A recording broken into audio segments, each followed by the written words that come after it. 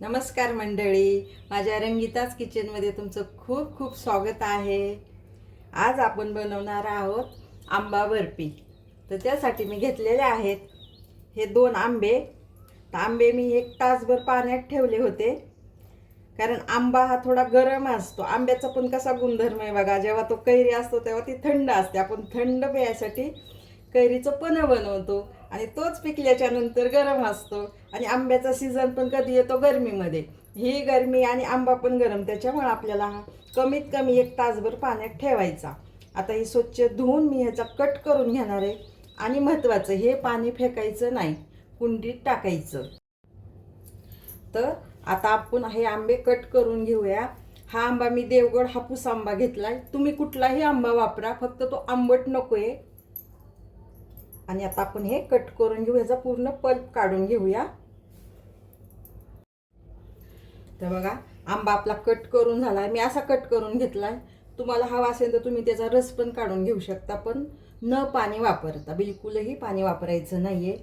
आणि हे 2 आंब्याचा फल मी घेतली. इथं अर्धी वाटी ताज्या दुधावरची साई आणि बघा अर्धी वाटी, अगदी 4 चमचे मिल्क पावडर आहे.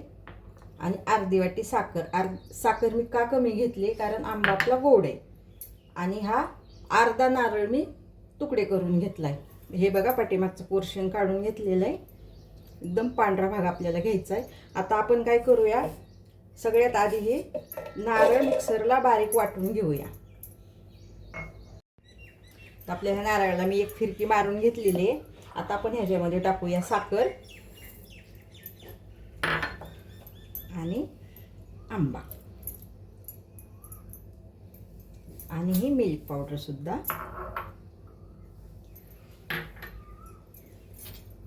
साई.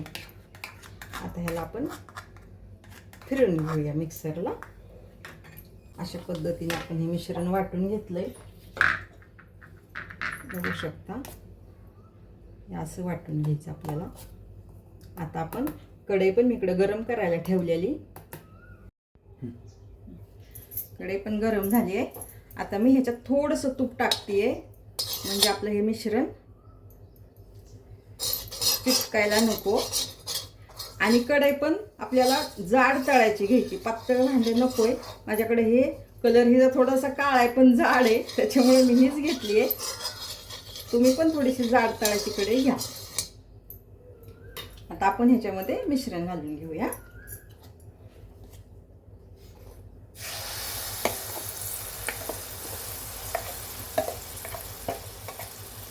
बघा, सगळं मिश्रण ह्याच्यात काढून घेतलंय.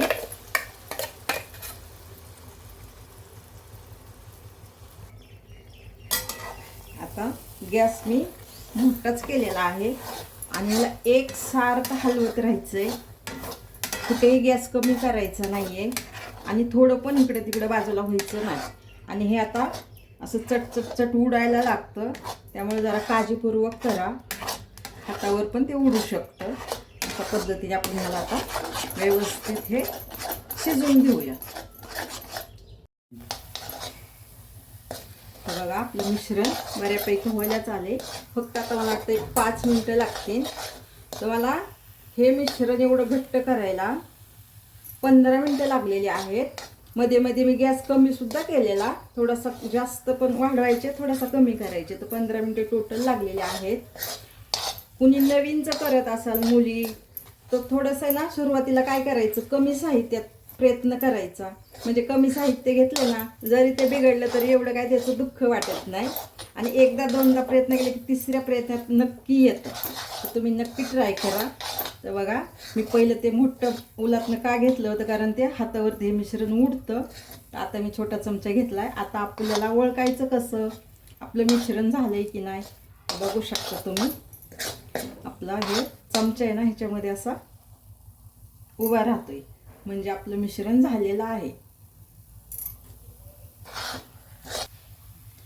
तर आपण आता ह्याच्यामध्ये थोडीशी विलायची पूड घालूया आणि गॅस बंद करूया. आपलं मिश्रण थोडंसं थंड होतंय, तोपर्यंत आपण ह्या ताटलीला असं तूप लावून घ्यायचंय. तर तुम्ही कुठलीही ताटली घेऊ शकता, डिश. तर मला तर ही योग्य वाटली. माझ्याकडे खूप मोठी, मग ते ना पातळ होती आपली, त्यामुळे थोडंसं भांडं आपल्याला कमी पसरट पाहिजे, म्हणजे आपली बर्फी थोडीशी जाडसर होती. खरडून हे सगळं मिश्रण ह्याच्यामध्ये टाकूया या पद्धतीने.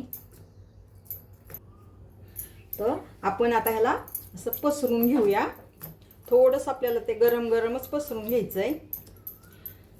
आणि ह्याच्यामध्ये ना मिल्क पावडर नाही टाकली तरी चालते, पण मिल्क पावडरमुळे काय होतं, आपल्याला ह्या ओळीला बाइंडिंग व्यवस्थित येते.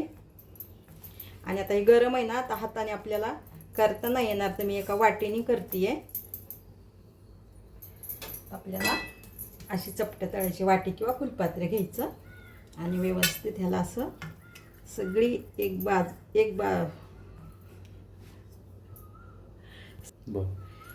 वाटेने ना असं व्यवस्थित वाट्याच्यावरती फिरवायची, म्हणजे आपली बर्फी एकसारखी होते. हे बघा,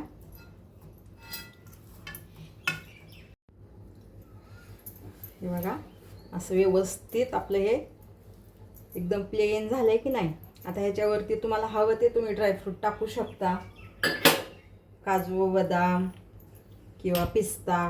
कुणी कुणी तर ह्याला चांदीचं वर्क सुद्धा लावतात. तुम्हाला हवं ते तुम्ही लावू शकता. तर मी थोडेसे काजू आणि बदामचे काप केलेले आहेत, ते लावणार आहे. पण आपल्याला हे मिश्रण थोडंसं थंड होऊन द्यायचं आहे. थंड होण्याआधी ना आपल्याला थोडेसे कट मारून घ्यायचे याला, कारण हे आपलं थोडंसं गरम आहे ना मिश्रण. आपण ह्याला थोडेसे कट मारून घेऊया. बघा, तुम्हाला हवा त्या आकारात तुम्ही करू शकता, थोडी लहान मोठी. मी ह्या पद्धतीने करते. असे कट मारून थंड व्हायला ठेवून देऊया. तर हे बघा, एक तासभर मी हे थंड करायला ठेवलं होतं. हे ड्रायफ्रूट दाखवायचे राहूनच गेलं लावताना, कारण हे ओल्यातच लावून घेतले होते. आणि एका तासानंतर आपलं बघा व्यवस्थित ह्या ओढ्या झालेल्या आहेत. आता आपण ह्याला काढून घेऊया. तर बघू शकता आपली आंबा बर्फी बनून तयार झालेली आहे. अगदी मस्त ही बर्फी झालेली आहे. तुम्हाला मी एक बर्फी ना तोडून दाखवते. तर हे बघू शकता, चिकट पण नाही, अशी मऊ छान झालेली आहे.